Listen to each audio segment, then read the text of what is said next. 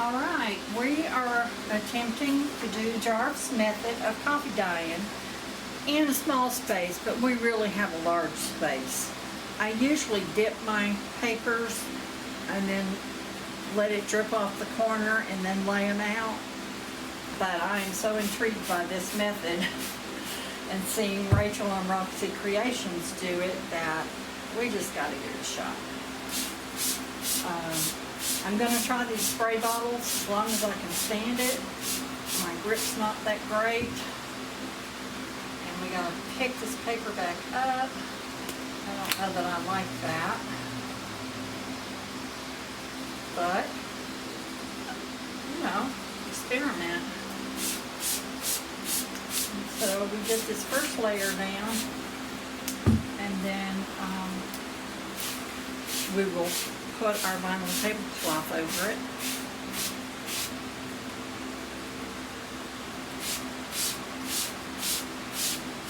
Vinyl go on the bottom?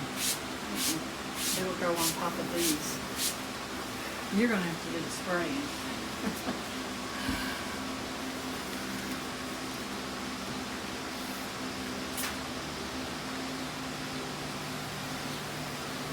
I have my husband Colin here helping me. He has a much better grip than I do.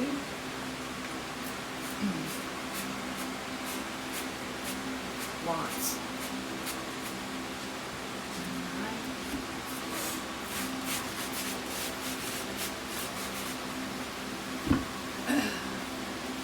I'm going to start off with this fancy vinyl tablecloth that I ordered online and then had to cut apart because I like the edges. Get it spread out and then put a layer on top. And then the other one that we have I got from Walmart, and it is square with various designs. So I did order this one off of Amazon. I think you're going to skip it. So Here. just start spraying. I'll hold and you spray.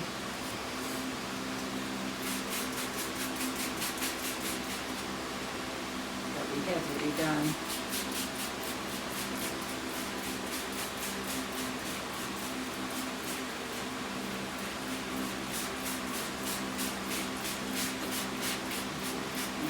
All the corners, so that means that bottom one has to be redone.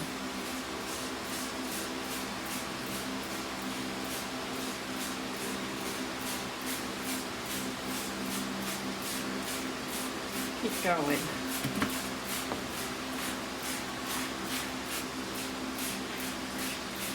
Did you bring the rest of the coffee out? Yes. Here is it.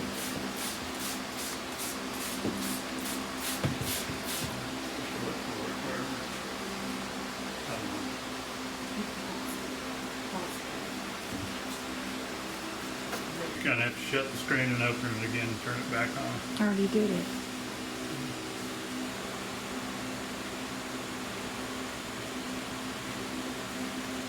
Okay, change of plans. I'm doing a dip and drip method. My hands got very tired of squeezing the container pump. So we have changed plans. And I'm sure we'll have plenty of liquid to drain out of this. I put some tabloid paper in here. That's kind of a lightweight paper, and I have a heavier weight that I use when I want to coffee dye tags. It's excellent for that, and I'll probably do some of that after we get through using all of this.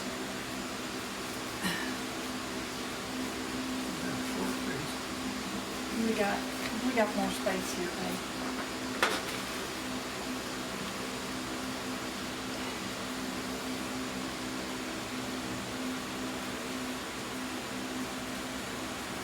Can you spray on that? I have my favorite prints anyway.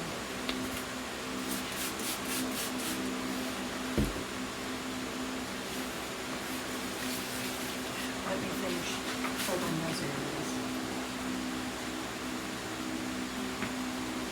This is a short piece, so it's gonna go just that end right there. Yeah, we'll test it now.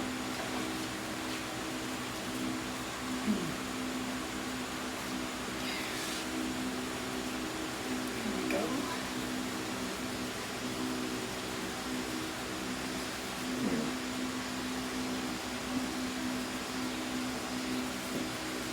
All right, I'll switch with you.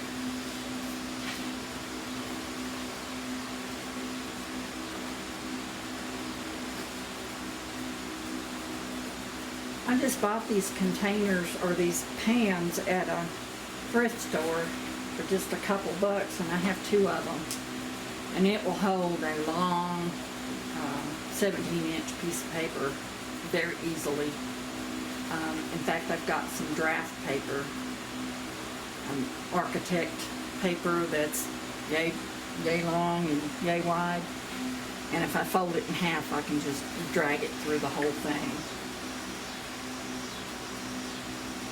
And this coffee mixture, if your refrigerator is good for about 3 days and then it gets moldy. If I have a lot left over this time, I'm going to try to freeze it and see how that does.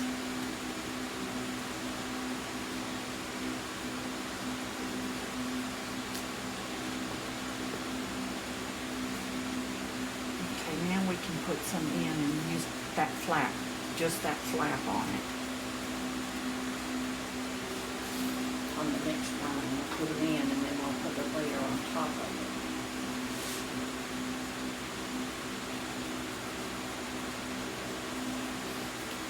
Well, actually, I was thinking of laying, let's try laying on this one.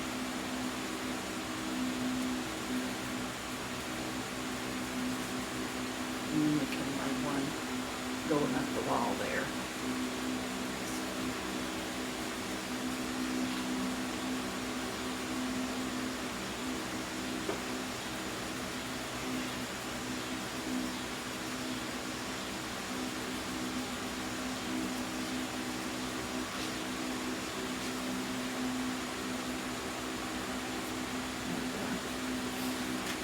As long as each of the pages get some sort of design on them, I'm happy with that. Just let it crawl at the edge there. I'm not pulling this one down.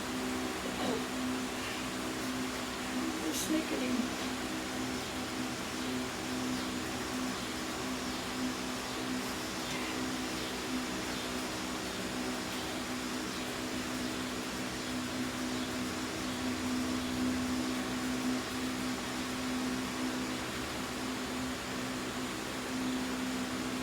I don't know how many of you have a wonderful husband that helps you tea dye, but I lucked out. Let it crawl up that side. There you go. All right.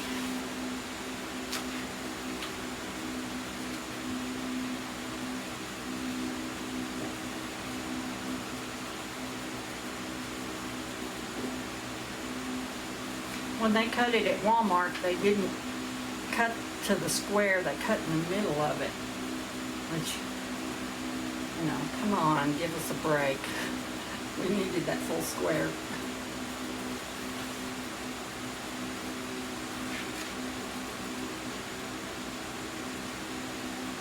So today I've tried 2 of Jarf's techniques with a little spin on them.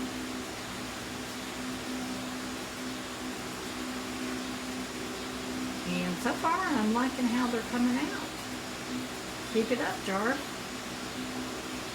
Got some fabulous ideas and experiments.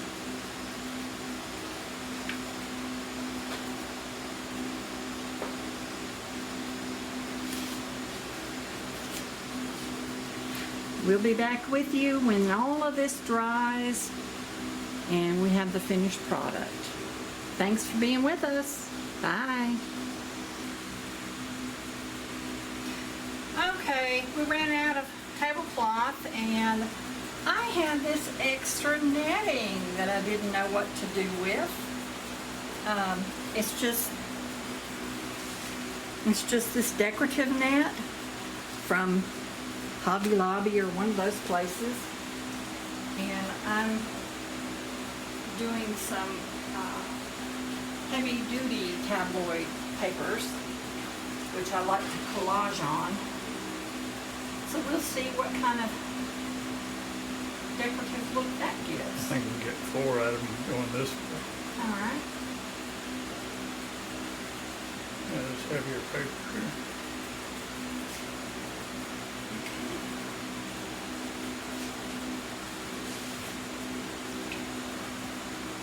So let's give this a whirl and see what we get.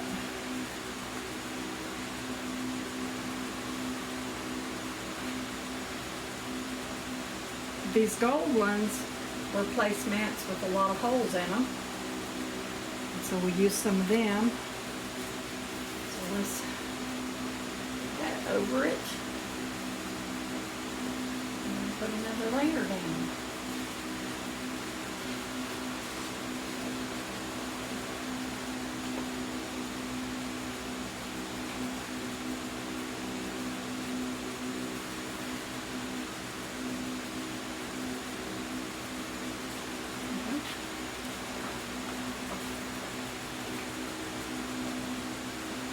I'm going to finish this out. Like I say, we started out with the spray technique and the bottle's all suctioned up. But that's what we got left out of that. And then we went to the dip and drip technique. Although we're not dripping much right now. And I think we have room for 4 more, which will be about all the paper I brought out.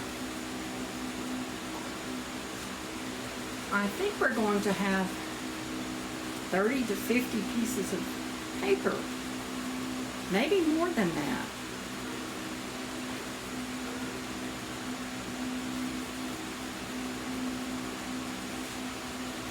So I'm signing off again. We'll see how this comes along. Bye. Hi y'all, this is Terry. This is how I usually dye my papers on these blue shop towels. And the good thing about them is they keep all the previous coffee and the wrinkles and stuff. So they look really cool on your papers. But I laid this tablecloth down and it's got a little square grid pattern on it. Water resistant.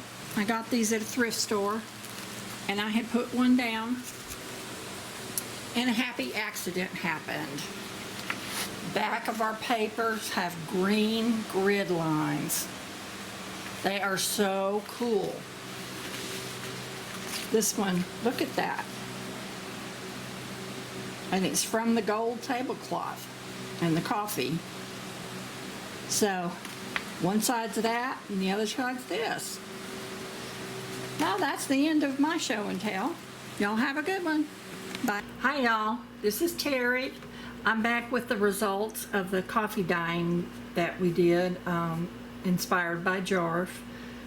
She came up with this wonderful technique, and I'm calling these grunge papers because the recipe was very dark and thick and robust and syrupy. But these are the coolest papers, and I definitely would recommend this technique.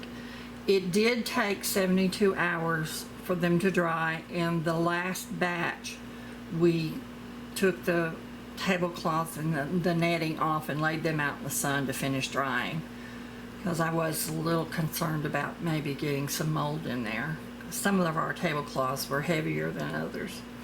But here we go. This really turned out with a beautiful design. I mean, it's lace and grunge. You don't get much better than that.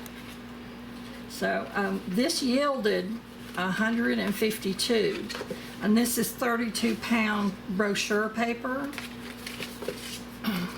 But look how cool that is on both sides. just gorgeous. I may hoard these and try to do some digital scanning, because it is a little complicated procedure, but it's doable. Definitely doable. And I highly recommend giving it a go. I'm just going to go a little faster through some of these and just kind of flip from here. Some really cool images. Some wrinkles on the papers. I laid them under books to flatten them out somewhat, but I love the coffee staining on these. Some are just delectable. Look at that. I mean, they're individual pieces of art. Jarf did a fabulous job thinking of this. It's just amazing. You do need to check out her YouTube channel, Medieval Mirage, and she's got several different techniques that she's done. So, something different to add to our journals. Kind of rushing through these. Kind of like eco dyeing, but without the leaves. It gives me the same elation as eco dyeing does. Now, some of these pages feel thicker than they were when they went in. 32-pound brochure paper's not that heavy, but these feel like a hard cardstock. That one's beautiful. So anyway, some of them have actual legitimate texture on them, and some of them have little marks or from the lace, indentations, little bumpy areas, but that just adds to the provenance to me. So I'm going to flip through these. It's just gorgeous.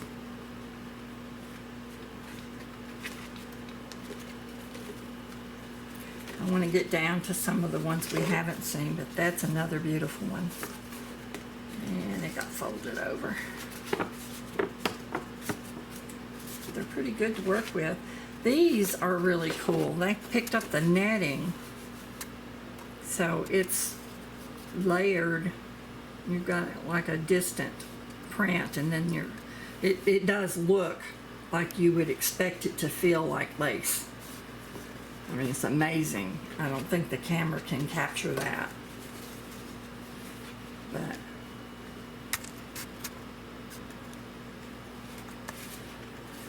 just showing you up close and personal. There's just so much to discover within each page. Here's another one with that netting. That looks like a little starfish thing.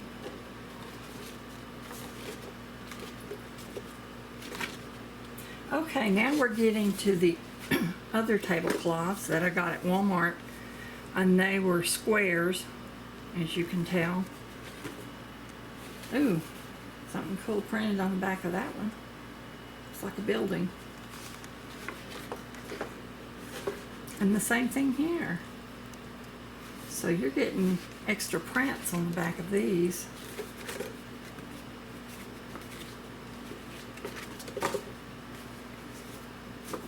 I love this.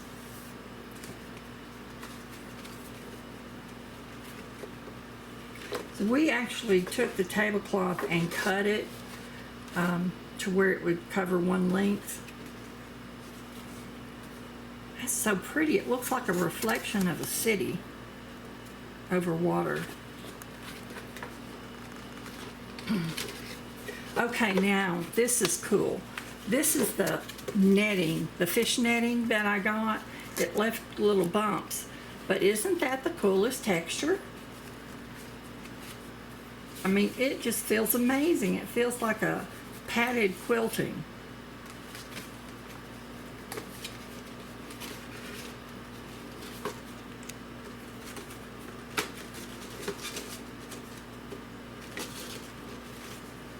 Here's another one like that.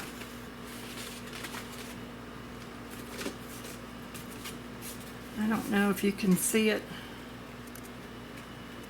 the bumps in it. So the fish netting worked out really good, and it's fairly cheap. The print on that was good. This was an individual round table serving set vinyl tablecloth or table mats, and that turned out really pretty. Yeah, I like those. I don't know which are my faves.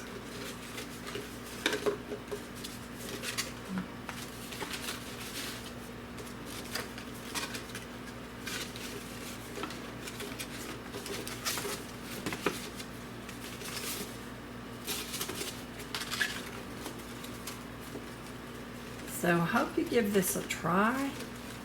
This technique is, it just blows my mind. Now this piece ripped, and I think it was going up the side this way, and so the weight of the mat, the placemats and stuff, tore through it. So I'd be careful not to climb the sides too much with these.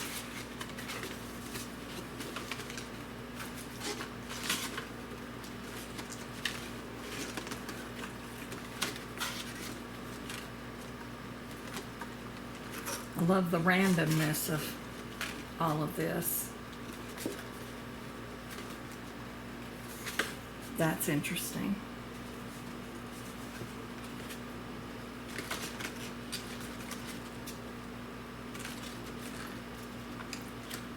So I'm trying to hurry through here.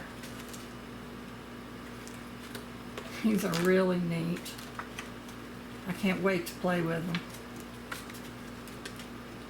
And these back here, this legal size paper turned out really cool.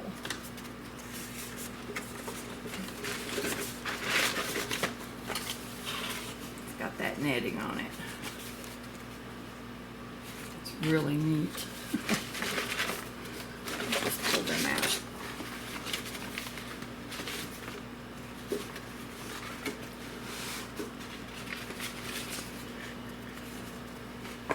That one looked like a little amoeba.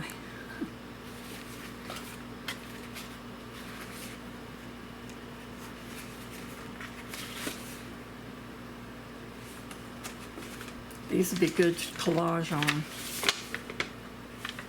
But I hate to cover up all that lusciousness.